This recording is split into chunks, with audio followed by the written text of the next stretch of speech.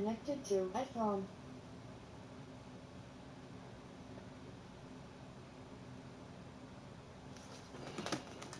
Delight your senses with simple, authentic fragrances. Glade Fine Fragrance Mist. A beautiful blend of light fragrances infused with essential oils. Glade Fine Fragrance Mist.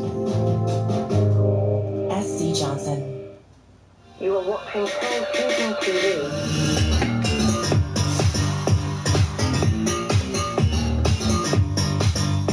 Hi, welcome to another Cold Fusion video. If you've been a follower of this channel for a while, it would be obvious to you that artificial intelligence has made some significant strides in the past couple of years. But today we're going to look at something a little bit different. Google has just created an AI that is capable of creating its own AI that performs better than anything else made before in its field. This sounds impossible, but it's just happened.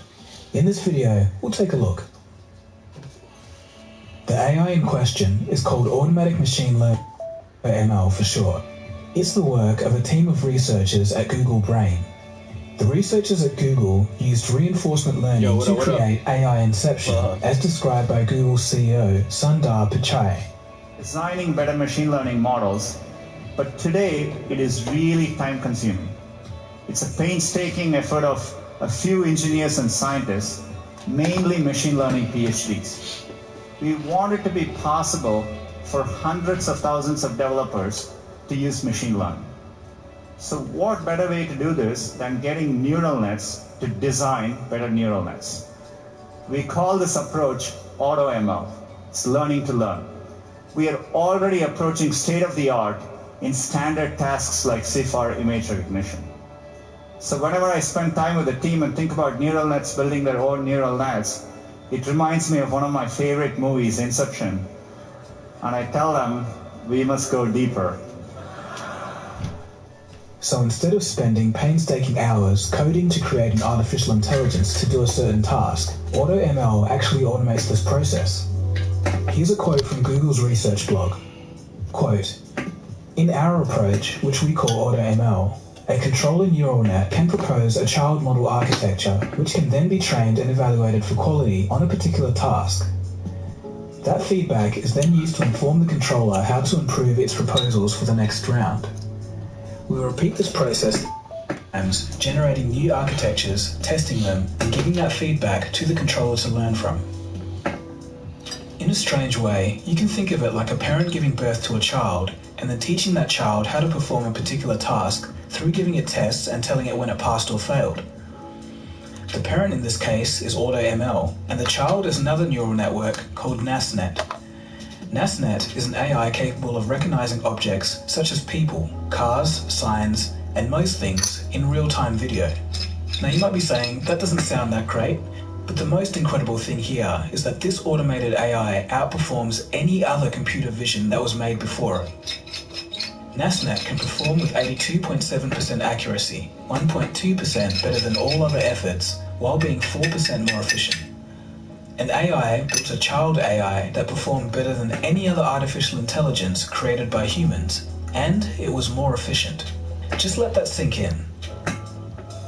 Obvious applications for such a system include self-driving vision support or enabling object recognition for robots that work in close quarters with humans, such as healthcare, for example. This all has huge implications, mainly because if an AI can create systems that are accurate while remaining efficient, it can really take the hard work out of the field of machine learning. AutoML may be one of the first examples, but it does set a powerful precedent. AutoML also makes AI accessible to a wider set of people. As Google puts it, quote, "We hope that the larger machine learning community will be able to build on these models to address multitudes of computer vision problems we have not yet imagined. We think that this can inspire new types of neural nets and make it possible for non-experts to create neural nets tailored to their particular needs, allowing machine learning to have a greater impact to everyone." End quote. There are some questions that naturally need to be asked with auto machine learning technology. That is, if it becomes widely used beyond just computer vision. Some of the concerns are as follows. What if a parent AI passes down a mistake or bias to a child? And furthermore, what if the pace of learning of the child AI develops so quickly that us as humans have trouble keeping up, and then we can no longer understand what it's even doing? These might seem like odd questions today, but it's possible that one day these will be concerns of the future. On a slightly different but related note, NVIDIA recently released a video of its own AI learning to alter scenes by changing the weather without human input. The results are pretty spectacular.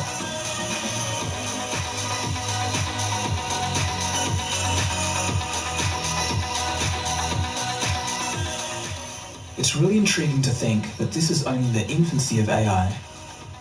So anyway, that was just a quick video outlining some stuff with computer vision going on at the moment. I just thought it was interesting and thought you guys might want to know about it. So let me know what you guys think in the comment section below.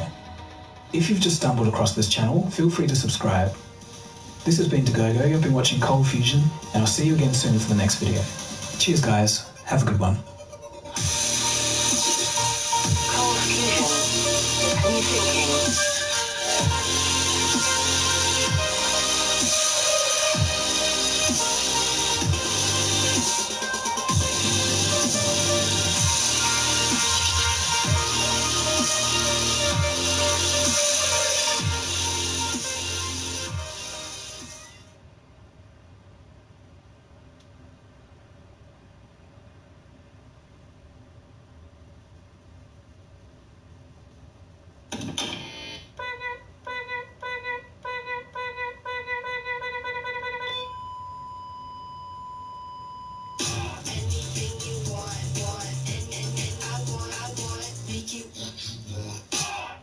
You are watching Cold Fusion TV.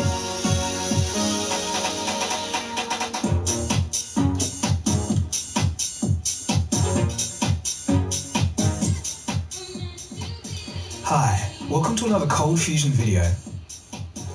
For the first time in history, we're seeing the successful development and demonstration of general-purpose AI.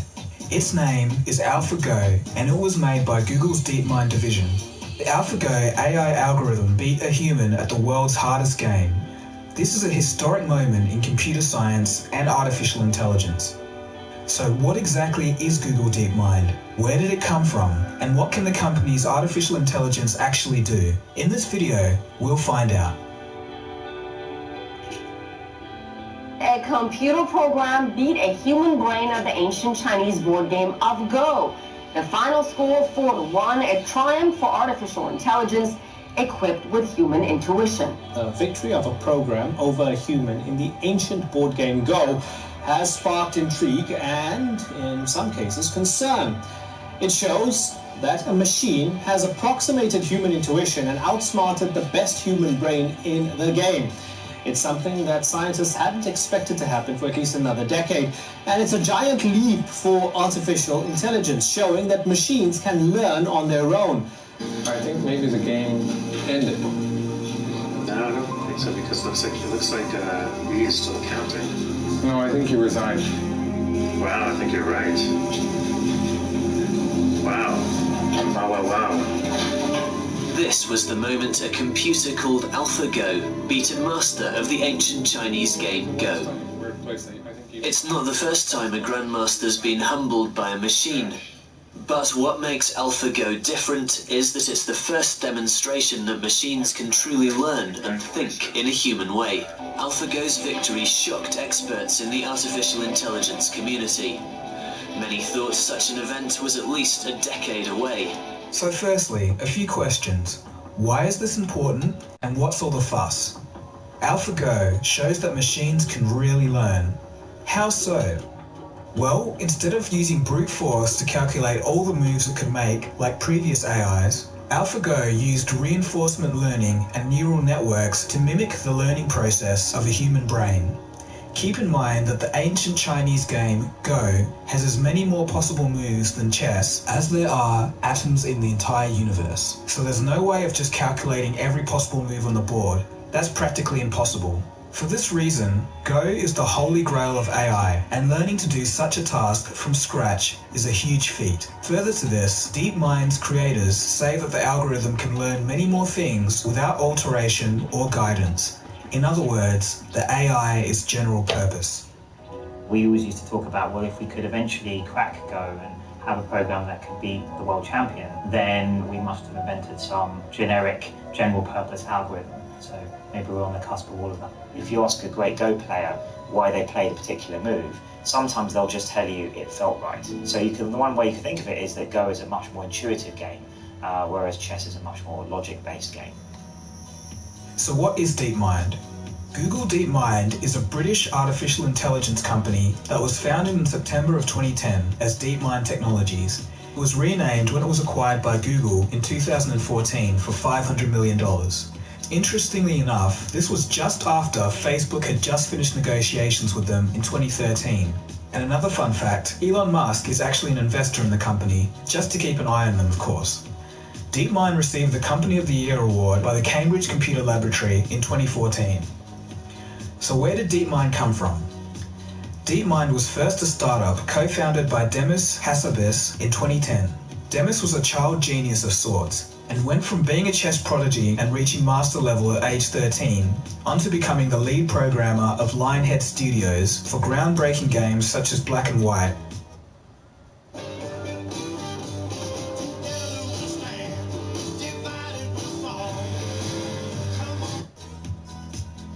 After this, he went on to start his own gaming studio before leaving to complete some extra studies at the University College of London. This is where he would meet the future co-founders of DeepMind in 2010. So what is the goal of DeepMind Technologies? According to their website, their goal is to solve intelligence. They are trying to achieve this by combining the best techniques from machine learning and systems neuroscience to build powerful general-purpose learning algorithms. Or in other words, they want to formalize intelligence, find out what it is and how it works. The end game is not just to implement this into machines, but also to understand the human brain.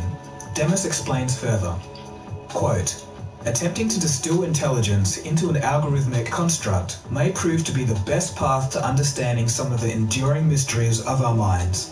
End quote. The key here is that this machine is general purpose. This is very important, but more on this later. Okay, so how does this all work? The AI from DeepMind uses a technique called deep reinforcement learning, which makes it very different from other AIs, such as IBM's Watson or the primitive Siri or Google Now. The AIs just mentioned were only developed for a predefined purpose and only function within their scope. DeepMind claims that their system is not pre-programmed and it learns from experience using only raw pixels as data input. So the way we start off training AlphaGo is by showing it 100,000 games that strong amateurs have played that we've downloaded from the internet. And we first initially get AlphaGo to mimic the human player. But of course, ultimately, we would like AlphaGo to be stronger than human amateurs and compete with the top professionals. So the way we do that is, after we take that first version that's learnt to mimic human play, we then allow it to play itself 30 million times on our servers. And using reinforcement learning, the system learns to improve itself incrementally through avoiding its errors and increasing and improving its win rate against older versions of itself. And after all these games, then you end up with a new version that can beat the old version, the original version, around 80–90% of the time. Technically, the reinforcement that DeepMind uses is model-free, meaning that it doesn't need a structure or set of rules to learn. According to MIT's take on the Google algorithm, the neural network, in theory, should be able to access an external memory in a manner that mimics the short-term memory of the human brain. In a way, it almost seems like our brain's design might be the most efficient way for the creation of local intelligence. Who would have guessed? So that's all good. What about this general purpose term? What does that actually mean? Well, because the machine learns from raw experience and data, it can perform well across a wide variety of tasks, straight out of the box. Okay, so that's enough talk. Let's watch the system in action, learning how to play Breakout. And remember, the machine didn't have any foreknowledge as to what task it was going to complete. It had to figure out how to do everything only from its own experience. Is the machine before training. So this is literally the first time the machine has ever seen this data stream, and it's controlling the green rocket here, and you can see it's losing its 3 lives immediately. So it's basically terrible at the game, as you would expect. Now, after training, this is like overnight. We leave it playing the game overnight on a normal computer, so for about 8 hours. You come back in the morning, and now it's superhuman level. So now the machine can play Space Invaders better than any human can. It's modeled the world, the game world, so well. It knows where the Space Invaders will be ahead of time. So as the Space Invaders speed up, when you get less of them on the screen, it fires the final shot as a kind of predictive shot of where the final Space Invader will be in a few seconds' time. But the cool thing is, after understanding how to play a few games, it will be able to transfer this knowledge and understanding across more games. At the moment, DeepMind is currently playing games from the 1970s and 80s, but work is currently being done on more complex 3D games, such as Doom, which appeared in the early 90s. So what could general purpose AI be used for? We'd love to use these types of algorithms for things like healthcare and science, and improve the speed of breakthroughs in those areas by helping human experts achieve more. In a number of interviews, Dennis has talked about applications in healthcare, smartphone assistance, and robotics as possible applications for general AI. Some other applications of such AI include online customer service, computer vision, finance, general computer science, and news publishing and writing. General purpose AI actually could be huge. It can be thought of as another emerging science. Much like Newtonian physics laid the groundwork for technologies such as rockets, a science founded in general-purpose digital neural networks that use reinforcement learning could lay the groundwork for unimaginable things in the near future. Okay, so we're almost at the end of the video, but there's one pressing question. Should we be worried? In the thousands of years of meaningful civilization, our modern existence right now is an anomaly. We've overcome the limits of nature with technology that helps us facilitate such a lifestyle. But artificial intelligence is different. The reason being, AI is the first thing humans have created that tends to function in a way that we can't predict. So, should we worry? My belief is that the fear of the unknown is mostly what drives the hysteria that arises from AI anxiety. There's not enough time in this video to go through all the theories of how things could turn out, but it's an interesting topic within itself. The website Wait But Why has a fairly interesting and comprehensive look at AI. We don't have time to explore it all, but the article does raise an interesting point though. It's about how humans have an inability to perceive exponential change. For a long time, people aren't going to take AI seriously, and it would seem like progress is very slow, but then suddenly, it could overtake our wildest expectations. One of the methods that AI could use to achieve this outcome is by giving itself an ability for self-improvement, thus following the law of accelerating returns. Stephen Hawking and Elon Musk have both shown their reservations towards AI, but others like Paul Allen, co-founder of Microsoft, have different views. If you can forget about the movie Terminator for a second, there is a possibility that AI could be man's greatest aid, fixing fundamental problems on our planet and allowing us to have technology and infrastructure that could have otherwise taken us centuries if we tried to figure it out ourselves. But on the other hand, there is a possibility that AI could be malicious and would outwit us, but at this stage, we really just don't know yet. And again, this is a story for another day. So at the moment, I'm not worried, but cautiously optimistic. As for DeepMind, one of their conditions after Google's acquisition was that they establish an AI ethics board, and I think most of us would agree that that's a prudent decision. All in all, we may be at a historic point, a critical point in artificial intelligence. The future could see deep neural learning and general purpose AI in our smartphones and computers. Some say that we might even have to start thinking of a whole new economy. Reason being, AI could take over a lot of information-intensive, specialized jobs, leaving only jobs that are creative or emotional in nature, something that AI might never achieve.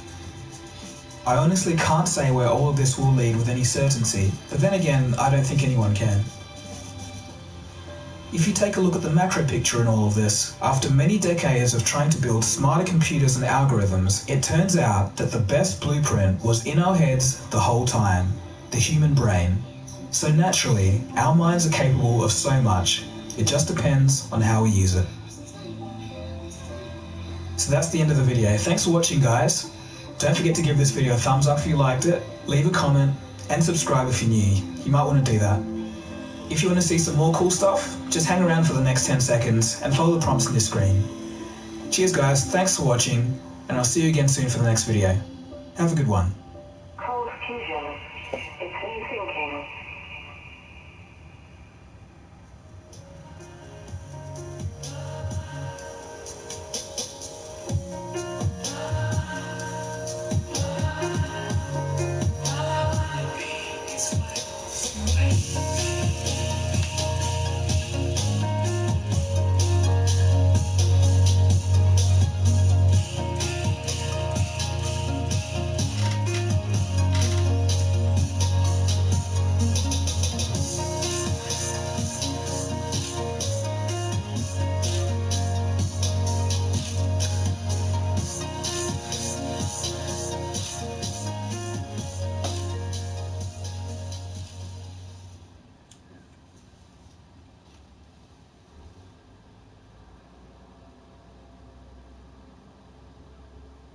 Get in the middle of it all with game-changing heat and AC, 3-wide seating, and underseat storage.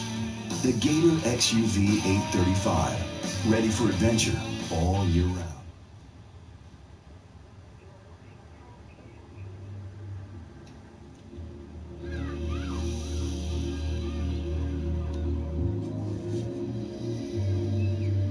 Hi, welcome to another Cold Fusion video. Shortly after the 2008 global financial crash, a mysterious white paper emerged from an unknown entity, a person or group calling themselves Satoshi Nakamoto. In this mysterious white paper, a new peer-to-peer financial system was discussed. It was to use a digital cryptocurrency called Bitcoin. It was an omen to people being sick of centralized power meddling with economic systems. Many perceived this new system as a better way of doing things. The technology invented to power this new system was called blockchain, and Nakamoto's paper was its grand unveiling. In this video, we'll talk about some exciting implications of this technology and the impact it could have on all of our lives. So what is blockchain? It's the underlying technology behind cryptocurrencies like Bitcoin and Ethereum, but its uses go far beyond that. It all sounds complicated, but let me try and break it down into one sentence, an important concept that you need to remember. Simply put, blockchain is a continuously updated record of who holds what. These records are split into linked blocks and then secured using cryptography.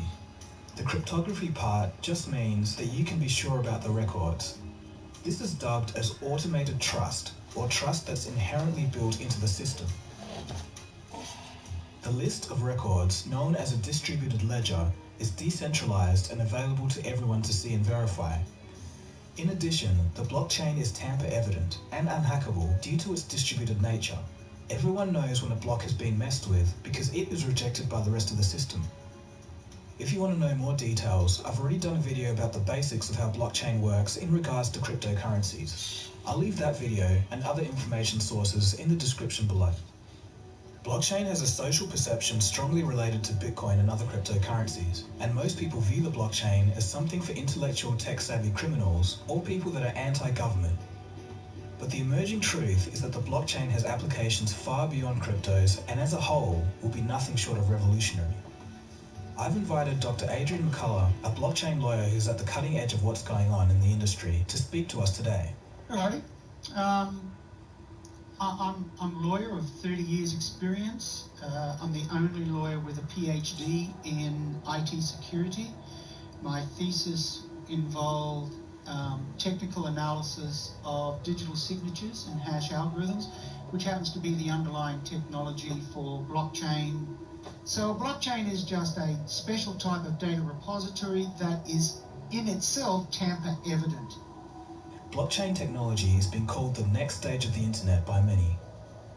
But I believe that this is now the next generation of the internet, and that it holds vast promise for every business, every society, and for all of you individually. Let me break it down. Our current internet is an internet of information.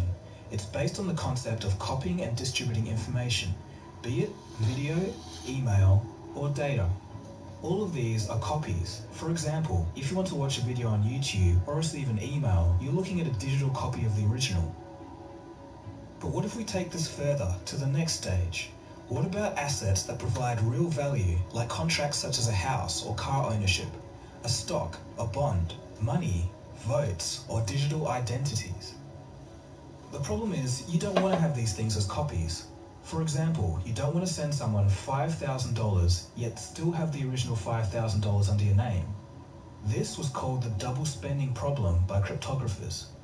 Despite the name, this basically means the problem of having two digital copies of something that should only have one unique identity. The cryptography element of the blockchain enabled it to be the first technology of its kind to solve the double spending problem. Now for the first time, we can build a new stage of the internet based on real value. And this is partly why it's such a big deal. So where can the blockchain be applied? In my talk with Dr. Adrian, he discusses the FITS model of blockchain application. FITS is an acronym. Using this model, the best place to use blockchain are places with high possibility of fraud, an intermediary or middleman, environments with high throughput, and stable data. I'll let Dr. Adrian explain further. You should try to run against your environment what's called the FITS model, F-I-T-S. The FITS model stands for, F stands for fraud. If you are in an environment where there is a history, propensity, likelihood of fraud involved in various transactions, then the blockchain can assist in reducing the likelihood of fraud actually occurring. Adrian goes on to say that this is why blockchain is being used for international finance transactions. The next area of the FITS is the I. If you have an environment where there are intermediaries involved, then you may be able to disintermediate those parties if they really don't provide value. He goes on to say that we can get average transaction settlement times from 2 days down to 15 minutes by taking away middlemen. Throughput, or number of transactions per second, is another consideration. It turns out that Bitcoin can only do 10 transactions per second, while MasterCard and Visa can do about 80,000. But researchers are currently looking into increasing the throughput. You then look at things which what Vincent Grimoli from the University of New South Wales has developed. He's been able to increase the throughput to 400,000 transactions a second through what's called decentralized computing, using 100 laptops, PCs to do the processing power. And next is the stability of data. For a blockchain application, you don't want volatile data. You want things that are going to stay the same for at least a while. Things such as land ownership titles and personal information. What do you mean it's not working out, okay? Greg and Sheila broke up. What? Greg and Sheila broke up. As long as office gossip travels fast, you can count on Geico saving folks money. Greg and Sheila broke up. So that's the theory about what systems you should look for in regards to using blockchain applications. But where is the blockchain actually being used today? Here's a quick fire round of applications underway. Blockchain land registries are being looked at in Honduras and Sweden. Diamonds are looking to be tracked by the blockchain to stop things like blood diamonds. The Nasdaq Stock Exchange will soon begin a blockchain system to record the trading in privately held companies. The Bank of England has stated that the blockchain is a significant innovation that could have far-reaching implications in the financial industry. Not only this, but 6 banks, including Barclays, Credit Suisse, and HSBC, are all planning on making a single digital cryptocurrency to clear and settle transactions using the blockchain. Microsoft is even getting in on the action by building a framework using the Ethereum blockchain. On the social media front, there's Steemit, a Reddit competitor, and its video companion, DTube, a YouTube competitor. Both are blockchain-based platforms where you can get paid in cryptocurrency for creating content. This is showing a new direction in where social media could go.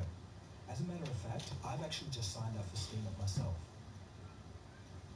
Okay, so this is all good, but let's turn things up a notch.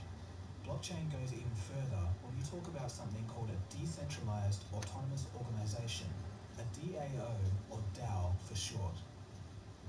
Because of blockchain technology, we now have the capability to create huge company organizations that are distributed and automated for the first time in history.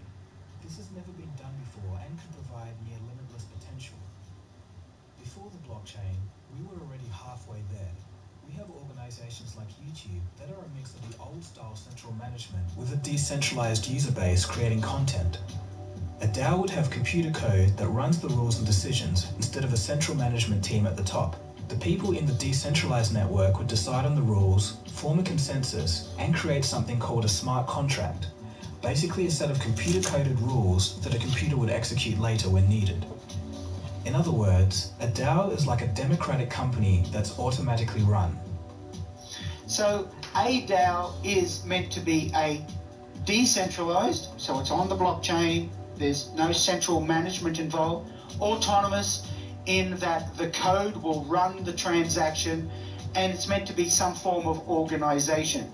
The difficulty from a legal perspective is that no one at this point in time has been able to classify exactly what a DAO is. It may be that in a few years' time, DAOs will become so popular that legislators will need to create special legislation that will recognize what a DAO is, but at this point in time, no one knows. Let's take a look at a basic hypothetical example of how this might work, but just with one smart contract. So say in the future, when the blockchain is readily established, you want to buy a used Tesla Model 3. Traditionally, you'd go to a dealer or an individual, you'd make sure that the details and the history of the car are correct, you'd hassle for a price with the seller, take some money out from the bank, transfer the money, sign a lot of paperwork, wait for the money to clear, and then you can finally have the car. This would take around a few days to do. Now, with the blockchain, using a smart contract, you can have this order all carried out in real time. The car would be uploaded to the blockchain so that you would already know that the details are correct because trust is built into the system. You could buy this car with a cryptocurrency that's attached to your bank account, and all of the ownership and other details about the car is executed in a smart contract, so everything would happen in a matter of minutes instead of days. Your ownership of the car is now attached to your digital identity on the blockchain. The global records in the blockchain system is now updated so that everybody in the system now knows that this car was sold to you. You can take all of this a step further by linking up different smart contracts into an organization similar to Airbnb or Uber, so the whole process is automatic, with rating systems of service and customer satisfaction, etc. Although that setup is a sharing economy model, according to Dr. Adrian, a group of smart contracts can easily be arranged in this way. So I hope that you're beginning to see the importance and potential of such technology. But it's not all roses. Right now, there are still some downsides. Malicious smart contracts, for example. These can theoretically be designed to clog up the entire system.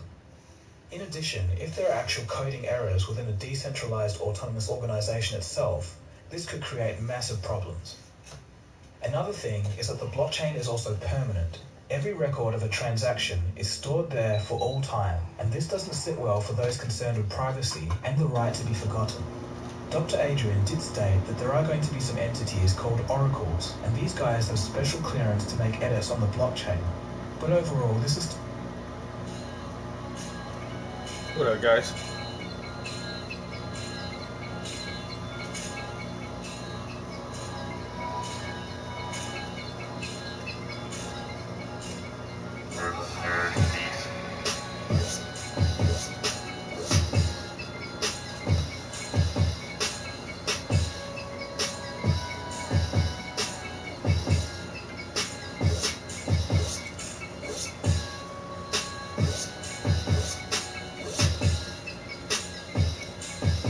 Exactly, and then like they say, once the new encryption data is uploaded into the blockchain, everybody sees the record of that shit. You can't fraud the blockchain. You just can't do it. That's why that Bitcoin and all that shit started popping off so good. Like, but then they said the motherfucker who implemented it was maybe an AI. They think that the blockchain program was designed by an artificial intelligence, and that's why it works so well. That's why it works so well. But yeah, they say you can't fuck with that blockchain shit, yo.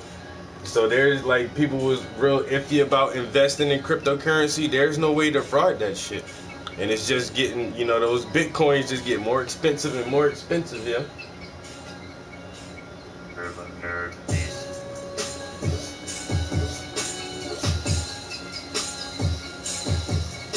Yeah, the motherfucker, the Asian, it's like an Asian Japanese name or something. Whoever started that shit, like nobody don't know who the fuck that dude is. Like, there is no record of this man. Yo, motherfucker say that's a computer did that shit.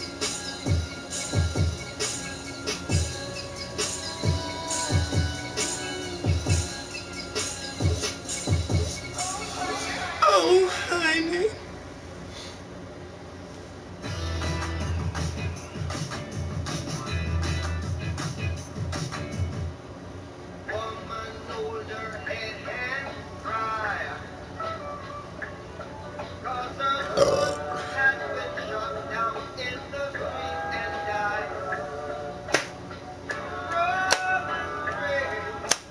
Bullet, bullet, bullet, bullet.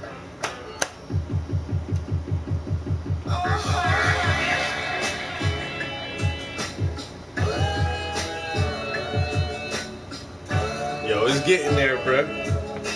It's getting there.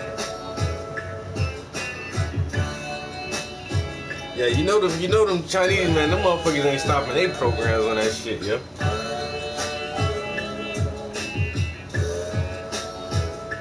They said that quantum computing too, man. Quantum computing, fucking machine learning, neural networks. Man, the world is gonna look different in 50 years, yo.